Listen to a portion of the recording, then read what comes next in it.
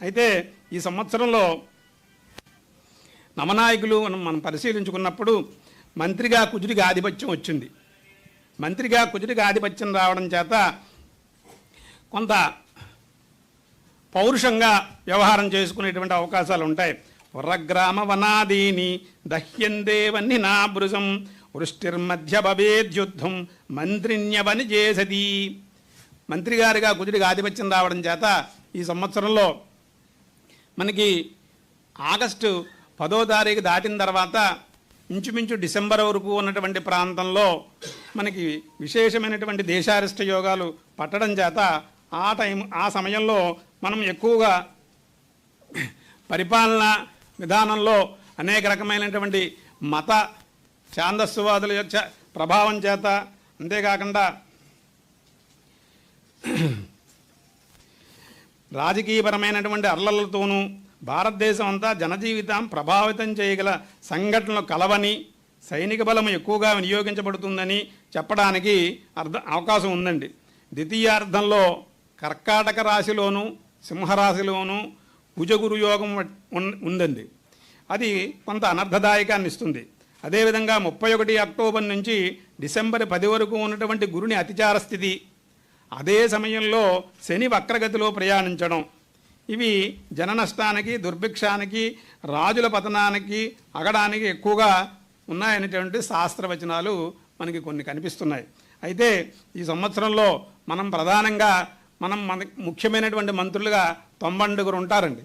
ఈ 90లోనూ ప్రధానమైనది రాజు గురువుగారుగా ఆధిపత్యం వచ్చింది. అదేవిధంగా కుజుడికి మంత్రిగా ఆధిపత్యం వచ్చింది. తర్వాత రసాధిపతిగా శనికి ఆధిపత్యం వచ్చింది. అంటే నవనాయకుల్లోనూ కుజుశనులు తప్పవడిచి మిగిలిన గ్రహాలన్నిటికీ కూడా శుభగ్రహాలకు ఆధిపత్యం రావడం చేత ఈ సంవత్సరం అంతా కూడా శుభయుక్తంగా పరాభవనామ సంవత్సరము అనేది ఎవరికో కానీ అందరికీ పరాభవాన్ని ఏర్పరిచే సంవత్సరం అయితే కాదు. ఈ సంవత్సరం చాలా ఉన్నతమైనటువంటి సంవత్సరంగా ఉంటుంది. ఎందుకంటే మంత్రులు 90లోనూ ప్రధానమంత్రమైనటువంటి రాజు, మంత్రి, సేనాధిపతి, సస్యాధిపతి, ధాన్యాధిపతి, అర్ఘాధిపతి, మేఘాధిపతి, రసాధిపతి, నీరసాధిపతుల్లో కుజశనులు అంటే మంత్రి గారు, తర్వాత రసాధిపతి తప్పవడిచి మిగిలిన గ్రహాలన్నిటికీ శుభగ్రహాలకి ఆధిపత్యం వచ్చింది. అలాగే మనకి 21 మంది ఉపమంత్రులు ఉంటారు. 21 మంది ఉపమంత్రుల్లోనూ 15 మందికి మళ్ళీ శుభగ్రహాలకు ఆధిపత్యం రావడం చేత ఈ సంవత్సరం అంతా కూడా చాలా సుభిక్షంగా, సామాన్యమైనటువంటి ప్రజలకి చాలా ఆనందకరంగా, వృద్ధికరంగా ఉంటుంది అని చెప్పడానికి 100% అవకాశం ఉన్నటువంటి సంవత్సరం అండి. అయితే ఈ సంవత్సరంలో మనకి 16 వీసాల పంట మనం మామూలుగా కొలమానంగా 16 వీసాల పంట చూస్తూ ఉంటామండి. 16 వీసాల్లోనూ మనకి 9 వీసాల పంట మనకి లభిస్తుంది అని చెప్పడానికి అవకాశం ఉంది. ఎప్పుడైతే బేసి సంఖ్యమైనటువంటి పంట మనకి లభిస్తుందో అప్పుడు మన ప్రాంతం అంతా కూడా, మన ఆంధ్రప్రదేశ్ అంతా కూడా చాలా సుభిక్షకరంగా ఉంటుంది అని చెప్పడానికి అవకాశం ఉంది. అదేవిధంగా ఈ సంవత్సరంలో ఈ కొలమానాన్ని కొలిచేటప్పుడు మనం పశుపాలకుడిగా కూడా పరిశీలిస్తూ ఉంటాం. ఈ సంవత్సరం మనకి పశుపాలకుడు, పశువుల్ని దొడ్లో పెట్టేవాడు, పశువుల్ని విడిపించే వాటిలో 2 ఆధిపత్యాలు కృష్ణుడికి వచ్చి 1 ఆధిపత్యం బలరాముడికి వచ్చింది. యముడికి ఏ ఆధిపత్యము రాకపోవడం చేత ఈ సంవత్సరం పశువులు సుభిక్షంగా ఉంటాయి. పశువులు శుభ్రంగా పాలనివ్వడానికి అవకాశం ఉంటుంది. ఎప్పుడైతే పశువులు బాగుంటాయో ప్రజలందరూ బాగుంటారు అనేటువంటి అర్థాన్ని మనం గ్రహించుకోవడానికి అవకాశం ఉంది.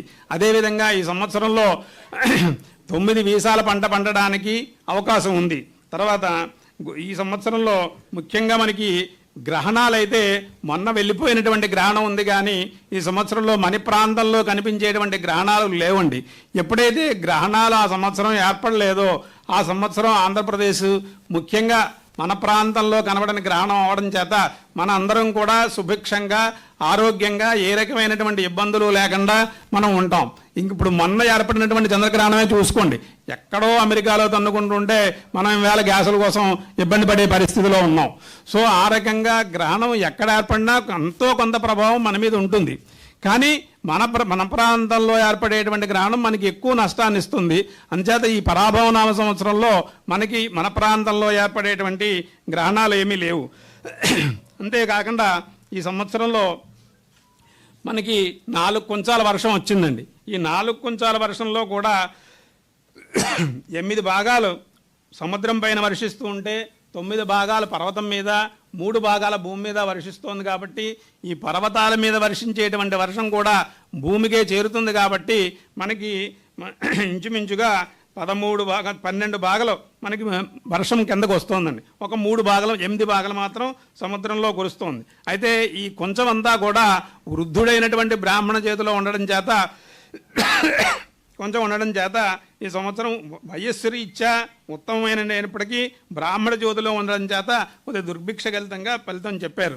ఈ సంవత్సరం అంతా కూడా చాలా విశేషమైనటువంటి ఫలితాలు పొందడానికి అవకాశం ఉంది. అయితే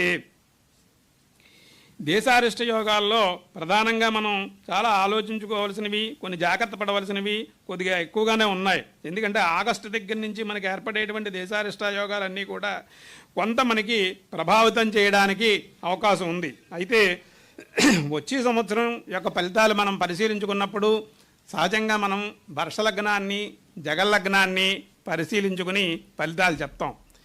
ఈ వర్ష జగల్లగ్న ఫలితాలే కాకుండా అనేక రకమైనటువంటి ఫలితాలు ఆధారంగా చేసుకుని మనం ఫలితాన్ని విశ్లేషించవలసిన అవసరం ఉంటుంది. సహజంగా పంచాంగకర్తగా ఒక వర్ష జగల్లగ్న యొక్క వర్ష జగల్లగ్నాలను బట్టి పంచాంగాలను మేము కొన్ని ఫలితాలు ఊటంకిస్తూ ఉంటాం. వాటిల్లో కొన్ని జరుగుతూ ఉంటాయి.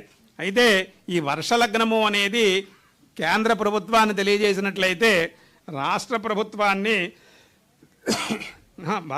వర్షలగ్నము అనేది రాష్ట్ర ప్రభుత్వాన్ని తెలియజేసినట్లయితే జగల్లగ్నము అనేది కేంద్ర ప్రభుత్వాన్ని తెలియజేస్తూ ఉంటుంది.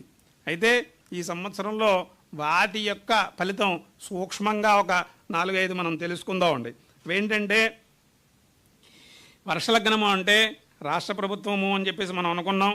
దానివల్ల వచ్చేటువంటి ఫలితాలు ఏ విధంగా ఉంటాయంటే దేశం సుభిక్షంగా ఉంటుంది, పాలకులు సుపరిపాలన అందివ్వగలుగుతారు, దశమానికి గురువీక్షణ, దశమాధిపతి లగ్న కేంద్రమందు సప్తమ కేంద్రాధిపతితో యుతి చేత మంచి నిర్ణయాలు సకాలంలో తీసుకుంటారు అనేటువంటి పాయింట్ ఒకటి మనకు వస్తుంది.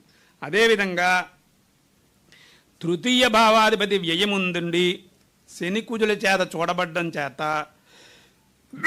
ఇరుగు పొరుగు రాష్ట్రాల చేత తరచు వివాదాలు పొందడం, వాటిని సమర్థించుకోలేకపోవడం, ప్రజలలో అపకీర్తి పొందడం వంటివి ఉంటాయి అని చెప్పేసి తృతీయ భావం మనకి తెలియజేస్తోంది.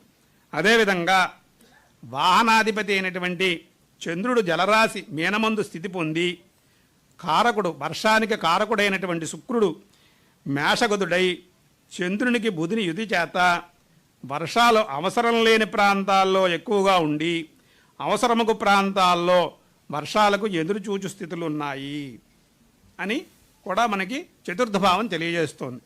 అదేవిధంగా గృహ నిర్మాణ పనులు, ప్రాజెక్టు పనులు నెమ్మదిగా సాగుతాయి. ధనభాగ్యాధిపతులు పరస్పరము కేంద్ర స్థితి చేత ఆదాయాలు వృద్ధి చెందుతాయి, రుణాలు కొంతవరకు తగ్గించుకోవడానికి అవకాశం ఉంది. ఇక సప్తమాధిపతి అయినటువంటి శుక్రుడు అంటే ప్రతిపక్షపు భావాధిపతి అయినటువంటి శుక్రుడు లగ్నముందు ఉండడం చేత ఈ ప్రతిపక్షపు భావాధిపతులు బలవంతులు అవ్వగలరు అని మనకి ఒక సూత్రం చెప్తోందండి. అదేవిధంగా రుణస్థానాధిపతి అయినటువంటి బుధుడు వ్యయస్థానమందు ఉండడం చేత అపాత్రపు ఖర్చులు పెచ్చుమీరు స్థితులు ఉన్నాయి.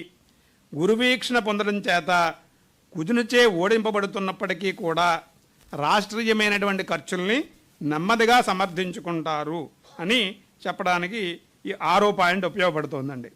అదేవిధంగా ఈ రాజ్యాధిపతి నీచి పొంది రాజ్యమును వీక్షించడం చేత పరిపాలనా విధానములందు అంటే మంత్రుల శాఖలందు మార్పు చేర్పులు ఏర్పడు సూచితములు ఉన్నవి అని చెప్తోంది. ఈ విధంగా ఈ రాష్ట్ర ప్రభుత్వం మీద ఒక 5-6 పాయింట్లు మనకి ఈ సంవత్సరం రాసుకున్నాం.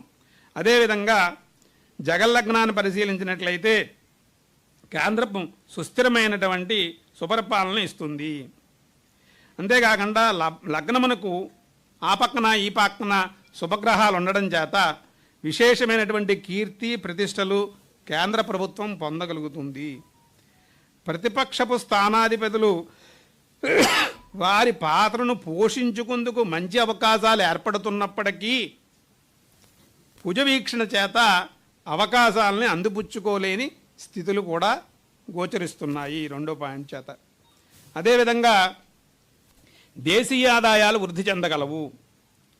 తర్వాత జలోపప్లవములకు కొన్ని చోట్ల జల ఉపప్రభవములకు జలోపప్లవములు అంటే బాగా ఎక్కువగా ఇది వచ్చేయడం, వరదలు వచ్చేయడం అటువంటివి కొన్ని చోట్ల అవకాశం ఉంది.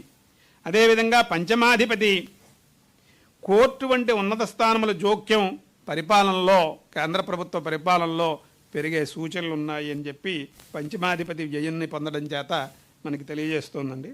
అదేవిధంగా భారతదేశంలో వివిధమైనటువంటి ఇతర దేశాలతో ఒప్పందాలు జరిగి భారత ఖండమునకు పెద్దన్న పాత్ర పోషించేటువంటి పరిస్థితి భారతదేశానికి ఏర్పడే అవకాశం ఉంది అనేటువంటి విషయం మనకి తృతీయ భావం తెలియజేస్తోంది. అదేవిధంగా రవాణా వ్యవస్థ, అంతరిక్ష వ్యవస్థలో కొన్ని లోపాలు, ప్రమాదాలు ఎదుర్కోవలసిన స్థితులను కూడా ఈ ఐదో భావం సూచిస్తోంది. అయితే ఇక్కడ వర్షలగ్నానికి, జగల్లగ్నానికి అధిపతులైనటువంటి వారు పరస్పరము శత్రువులు అవ్వడం చేత కేంద్ర రాష్ట్ర ప్రభుత్వపు తీరుతెన్నులందు స్వలాభాపేక్షతలతే పరస్పర విమర్శలు పెరుగు సూచనలున్నాయి అని ఈ వర్షలగ్న జగన్లగ్న అధిపతులు కుజుబుదులు అవ్వడం, వాళ్ళిద్దరూ బాగా విరోధులు అవ్వడం చేత కేంద్ర రాష్ట్ర ప్రభుత్వాల మధ్య ప్రభుత్వ తీరుతెన్నులందు స్వలాభాపేక్షతలచే పరస్పర విమర్శలు పెరుగు సూచనలు ఉన్నాయి అని తెలియజేస్తోంది. అయితే ఈ సంవత్సరంలో కాలసర్పయోగము, శనిరాహుల ద్విద్వాదశి స్థితి, 2 నెలల పైగా సింహాంగారకత్వము, గురుని అతిచార దోషత్వము వంటి వాటిచే దేశంలో ఏదో ఒక ప్రాంతంలో విపరీత పరిస్థితులు తరచూ ఎదుర్కొనే సూచనలు ఉన్నాయి. ఋతువులకు భిన్నమైనటువంటి ఋతుప్రభావములు గోచరించుట, అధిక ప్రాంతాల్లో వర్షాభావ స్థితులను ఎదుర్కోవలసినటువంటి స్థితులు ఎక్కువగా ఉన్నాయి.